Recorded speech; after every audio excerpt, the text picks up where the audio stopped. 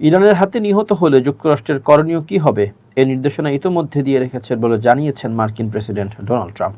Israeli গোয়েন্দার ইরানের এ ধরনের পরিকল্পনা সামনে আনার পর তিনি একথা জানালেন। নিউ ইয়র্ক পোস্টের প্রতিবেদন অনুযায়ী শুক্রবার ডোনাল্ড ট্রাম্প বলেন, ইরান তাকে গুপ্ত হত্যা করলে কি করতে হবে সে বিষয়ে তিনি নির্দেশনা দিয়ে রেখেছেন। যুক্তরাষ্ট্র ও ইসরায়েলের হামলায় নিহত ইরানের সর্বোচ্চ নেতা আয়াতুল্লাহ খামেনির জানাজায় ট্রাম্পকে হত্যার আহ্বান জানিয়ে কিছু ব্যানার ওড়ানো হয়েছিল।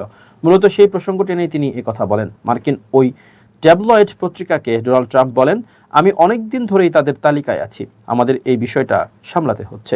যুক্তরাষ্ট্রের প্রেসিডেন্ট বলেন, তবে মূল বিষয়টা হলো আমি নির্দেশনা দিয়ে রেখেছি, যদি আমার কিছু হয় তবে তাদের ওপর এমন মাত্রায় বোমা ফেলা হবে যা তারা আগে কখনো দেখেনি।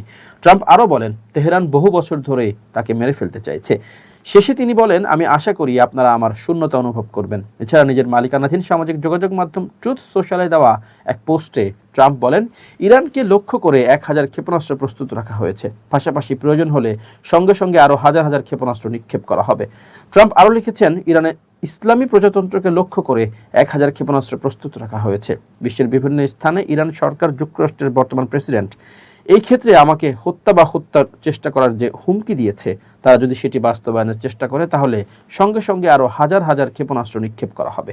তিনি আরও বলেন, এই বিষয়ে প্রয়োজনীয় নির্দেশ ইতোমধ্যেই দেয়া হয়েছে, প্রয়োজনে মেয়াদ বাড়ানো হতে পারে, তবে অন্তত 1 বছরের জন্য মার্কিন সামরিক বাহিনী ইরানের সব এলাকায় সম্পূর্ণ ধ্বংসাত্মক হামলা চালাতে প্রস্তুত, ইচ্ছুক এবং সক্ষম।